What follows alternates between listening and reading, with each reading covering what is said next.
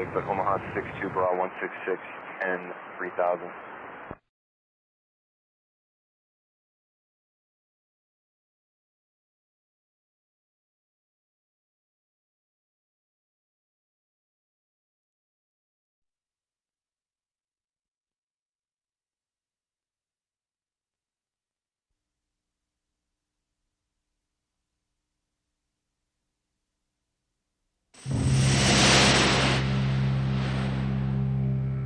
The plane, Firefox, the most devastating killing machine ever built. Hey everybody, and welcome to Ronin Reviews Movies.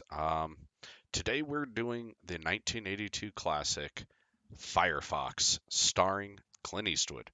All right, so let's get this straight out, taken care of. If you're looking for realism, go watch a documentary. This movie is not very realistic. The VFX are a little dated. Reminder, this movie was made in 1982. So what's it about?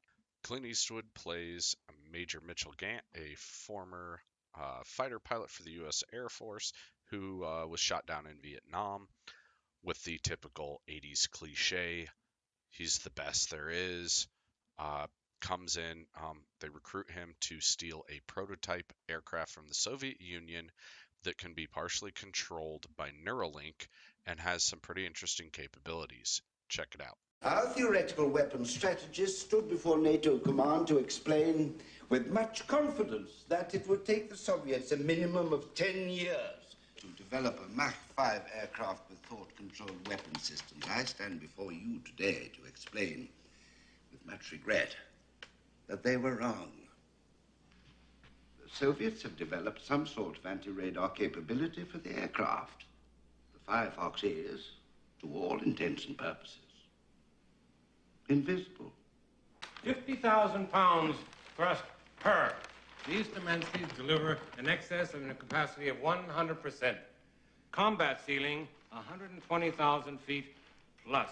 Note the increase in capacity, 100%.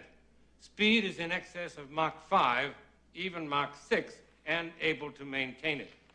All right, so there's the breakdown. The Firefox, it's a experimental prototype aircraft, stealth, that's capable of 120,000 feet and going Mach 6, which at the time is pretty fantastical. Not realistic at all. 120,000 feet is essentially space, and Mach 6, like nothing. I mean, even the SR-71 couldn't fly to those limitations. But other than that, I mean, it's this top secret aircraft, that kind of this ominous thing that the Soviets had built, and it's up to our guy Clint Eastwood to go and steal it. And hey, no spoilers here because you can see it in the trailer. He flies it, so obviously he, is successful in getting his hands on the aircraft.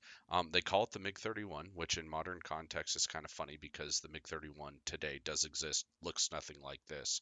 This thing is pretty neat little design, the way they designed the aircraft. But they did, with the miniatures, and they had full scale ones that could actually drive around for the taxiing scenes. And the VFX are a little dated, but that's to be expected of 1982. In terms of the movie, though, full disclosure, it's not like 100% action. It's not from start to finish all action. It is directed by Clint Eastwood, so he kind of has his hands in it. It is more of like, I'd say the first 2/3 are like a spy thriller of him going into the Soviet Union and going on this secret mission and working with these rebellious, ne'er-do-well anti-Soviet forces that help him along the way get to complete his mission. And it's a spy thriller for that. But then the last third of the movie is definitely the flying action with the dated VFX. You can see from all the clips here, it's a revolutionary thing they did with it, though, with the filmmaking, where they do a reverse blue screen photography where they have the model of the aircraft flying around over a screen showing the sky. So it kind of looks like they're actually kind of trying to make it look somewhat believable. And the VFX are decent for the time. Other than that, though, the acting is great. I mean, you've got Clint Eastwood. The guy is an icon. I mean, all of his Western movies. You've got the Dirty Harry movies. One of my favorites, Heartbreak Ridge. I mean, he does a good job. He's still got it. I mean, his acting and his direction is still really good. There's some familiar faces. Some of the supporting cast rounds out pretty well acted. One name you probably won't know, but you'll recognize the face. Bad guy Colonel Kantarsky is played by Kenneth Colley, who you'll recognize from Star Wars. He was Admiral Piet in episode 5 and 6. And then you've also got Ronald Lacey is in it. He plays the creepy guy in Raiders of the Lost Ark with the round circular glasses. He's in this. He does a pretty good job too. Not a very huge part. And then the doctor scientist guy that is helping out with Clint Eastwood succeeding in his mission is played by Nigel Hawthorne, which for movie buffs out there, he's Dr. Raymond Cocteau in Demolition Man. I had to look that up because I was like, where have I seen this guy before? So the acting is, they've got a couple of decent name, 80s actors in there that are talented. The acting is pretty good. You have to get past the fact that they do kind of do that movie magic thing where there are a couple of scenes where there's no subtitles. Remember, it's the 80s, but there's a couple of scenes where they actually speak real Russian, and that is Clint Eastwood actually speaking Russian. But then they speak English, but it's supposed to be them speaking Russian. That happened in Hunt for Red October as well, where they kind of transfer over. It's not done a lot nowadays. I mean, granted, they did it for Valkyrie, that Tom Cruise movie about the Operation Valkyrie, where they tried to kill Hitler. They did it for that, where they basically, through magic of cinema, they make it so you can understand what they're saying. So I like. I like that because it makes it a little easier of a watch. The action in it is decent. There's some, I love that, 80s movies, they use squibs for the gunshots instead of CGI. So there's that kind of cool 80s lore there. Also, some of the cool stuff that they did, like if you've ever seen Elf, a lot of the scenes in New York City on the street, they did with Jon Favreau and a camera and Will Ferrell, and they didn't have permission, and they're just doing like pirate filmmaking.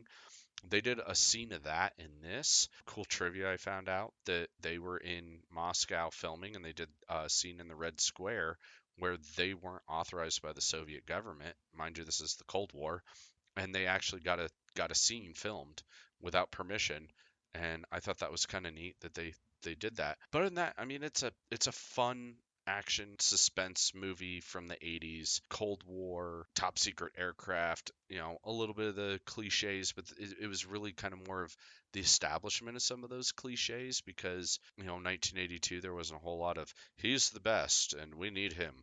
But yeah, it's really well made. It's really well acted. The direction is good from Clint Eastwood. It's a fun, entertaining movie. I hadn't seen it in years, and going back and rewatching it, it's definitely one of those movies where you're like, this is just a fun action movie from the 80s.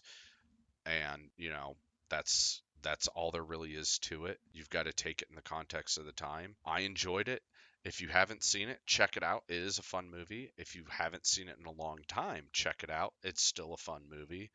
It's definitely one of those movies that kind of I hope that they don't mess up and decide that they want to remake it, because I don't know how you would do that. They would probably pull it out of the context of the Cold War and put it into something modern like what they did with Red Dawn and totally just make the movie, remember the movie for it being what it was back in the 80s, and then a remake would just, I think, totally mess that all up. It's a standalone good movie. The writing is pretty good. The acting is great. So all in all, I would definitely recommend it. It's a fun, enjoyable 80s action movie, and that's really how you got to look at it. So there's my review. If I had to rate this, I'd probably give it a 7 out of 10. It's a good movie. It's not going to be like the greatest of all time. It's not up there in terms of cinematic masterpieces, but overall, in general, a good movie, good fun waste of your time, coming in at just a little over 2 hours long. It's a good way to spend it. So there's my review. If you like it, give me a like, share. Don't forget to hit that subscribe and the notification bell. And if you want to see more of these, movie reviews, please, I'm a huge movie buff. I love movies probably as much as I love gaming and flight simming. So if you want to see more of this, leave a comment. And any suggestions on movies you want to have me review? I've seen a ton. I have a ton. I love watching movies. So thanks for tuning in, and I will catch you all in the next one.